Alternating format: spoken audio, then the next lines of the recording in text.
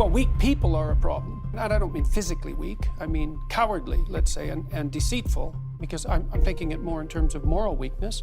Well, there's a variety of reasons. First of all, if you can't support your own weight, let's say, then someone else has to do it, and that's not good. And then if you don't pick a forthright and useful and noble pathway through life, then you'll become bitter and too hurt by the tragedy of existence, and then you tend to seek your revenge wherever you can get it, and that's not good. So it's a mistake on all fronts. It's not good for you, it's not good for your family, it's not good for the community. It's certainly not a good medium to long-term strategy, because life is very, very difficult. You know, the best people I've ever met are dangerous people, but they keep themselves in check. I met Jocko Willink. He's a good example. I mean, Willink was the commander in Ramada, I think, and you know, you can say what you want about American military involvement. It has nothing to do with that, really, not at this level of analysis. He's a tough guy. I follow him on Twitter. Yeah, so you know. He gets up every morning at 5:30, 4:30. He's a tough guy. He told me quite straightforwardly that he was one of those kids that as an adolescent could have gone either way, right? Yeah. He could have been a highly successful street criminal. Yeah, probably. Right, but yeah, probably. Well, you can see it. But he decided not to do that. And you know, he's very, I would say he was a SEAL, right? Mm-hmm, that's right. And he's psychophysiologically intimidating. He's a big guy. You can tell he knows how to use it, and you can tell he used it. Yeah. But as far as I can tell, he's a good person. And that's actually, all of that capacity for mayhem is part of what makes him a good person. Yeah. And people know that. That's why they're listening to him. Yeah. And like I said, the other people I've met the men I've met who are good men, they're all like that. They're all dangerous. In the Harry Potter series, Harry Potter's obviously the hero of the story, but he's touched by malevolence, right? The only reason he can stand up against evil is because there's some evil in him that he's incorporated, essentially. Well, that's exactly right. The persona, if you're a persona, then you're an obedient citizen. But the problem with being an obedient citizen is that if the society tells you to march the Jews off to the death camp, for example, and you're obedient, then that's what you'll do. And it isn't like society is civilized and then all of a sudden you're performing some act of atrocity. That isn't how it works. It's like you're obedient citizen and then you're asked to violate your conscience a little bit. Yeah. And you have to, because you don't have anything other than that persona. And that's obedience. And so a little more obedience is demanded. You say, okay, well, and then you're a little bent, because the society is becoming a little bent, and then you're a little weaker. Then you're asked to violate your conscience a little bit more, and you think, well, there's a little less of me, and the pressure's on a little more, and I could have said no before, but I didn't. So you say yes again, then you say yes again, and then you have a society where 1/3 of the population is informing on the other 2/3. It's hell. It's like, well, so how do you say no? Well, that's the shadow. It's like, and see, the reason that the video I did about Bill C-16 and its compelled speech provisions went viral was because I said no. I didn't say it casually. What I meant was, there isn't anything that you can do to me that I can imagine that will force me to utter the words that you want me to utter. Nothing. And I meant it. And when I made the video, I think people could actually tell that I meant it. And so I took this abstract problem and made it concrete. I said, no, that's not happening. And that's part of the incorporation of the shadow. But in this regard, the shadow is actually benevolent, not malevolent. Well, once it's incorporated. Yeah, well, that's the thing. Yeah.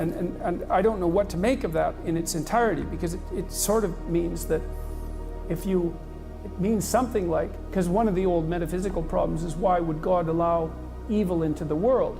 I think, well, maybe God didn't allow evil into the world. Maybe God allowed the possibility of evil into the world. That's different. And maybe the world with the possibility of evil is actually a better world than the world without the possibility of evil. It's something like that, you know, in that maybe a man is better when he's a dangerous man who's being good than he would be if he was just a good man who wasn't capable of being dangerous. And I believe that, because the best men that I've ever met are very dangerous men. You don't mess with them. Yeah. So, and you know that as soon as you meet them. Do you think weak men can be virtuous? No. If you don't have the courage to commit a crime, it doesn't mean you're moral for not doing it. It just means you're afraid You can see this, I suppose, to some degree in mob violence. People will riot because they don't think they'll get caught.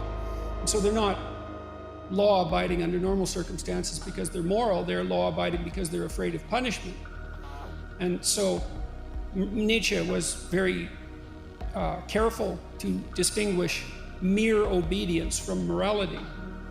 And he thought of obedience not always as a form of cowardice, because it can also be a source of discipline, but not committing a crime because you're too afraid to. I mean, it's probably better than committing a crime, but it doesn't speak to the essence of morality. You know, and I've talked a fair bit about this, is that there's a certain utility in being able to do virtually anything and then to control yourself.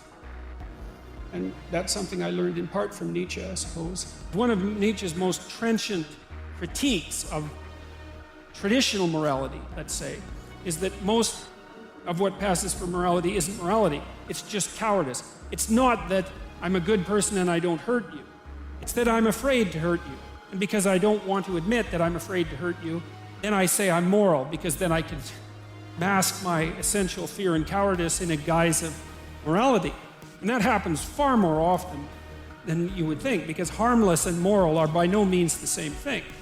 So some of what you're burning off, you can sit, and this is where Freud was such a genius, I think, is because he concentrated on aggression and sexuality, which are perhaps the two most difficult parts of a personality to integrate. Said that hyper-simplified morality stops you from tapping into deeper recesses of your psyche. It's partly because they're primal forces. It's not surprising that you don't want to have anything to do with them, that you stay away from situations where they might make themselves manifest. But the problem is, by denying the worst in yourself in that manner, suppressing it, you preclude the possibility of the best. Because no one can be a good person without integrating their capacity for aggression. Because without that capacity for aggression, you cannot say no. Because no means, if you really say it, no means there isn't anything that you can do to me that will make me change my mind. Or conversely, it means I will play for higher stakes than you will. And unless you've got your aggression integrated, there isn't a chance you can say that. And if you did, no one would take you seriously, because they'd know it was just a show. So one of the most useful things that Jung did, I think, was to work on this idea of the integration of the shadow, because he was really interested in the idea of evil, right? Especially working with trying to parcel out what happened in Nazi Germany and during the Second World War. What do you do with the part of you that's aggressive and potentially malevolent? Do you just crush it? That's the superego response in some sense. Do you just put it behind you, so to speak? Is that a possibility? Or do you admit to its existence and bring it into the game? And that's, see, for Freud, in some sense, morality was superego clamping down on the id. And they were fundamentally opposed. Both Jung and Piaget had a different idea, and I think they were right. It's like, no, you invite the bad guys out to play.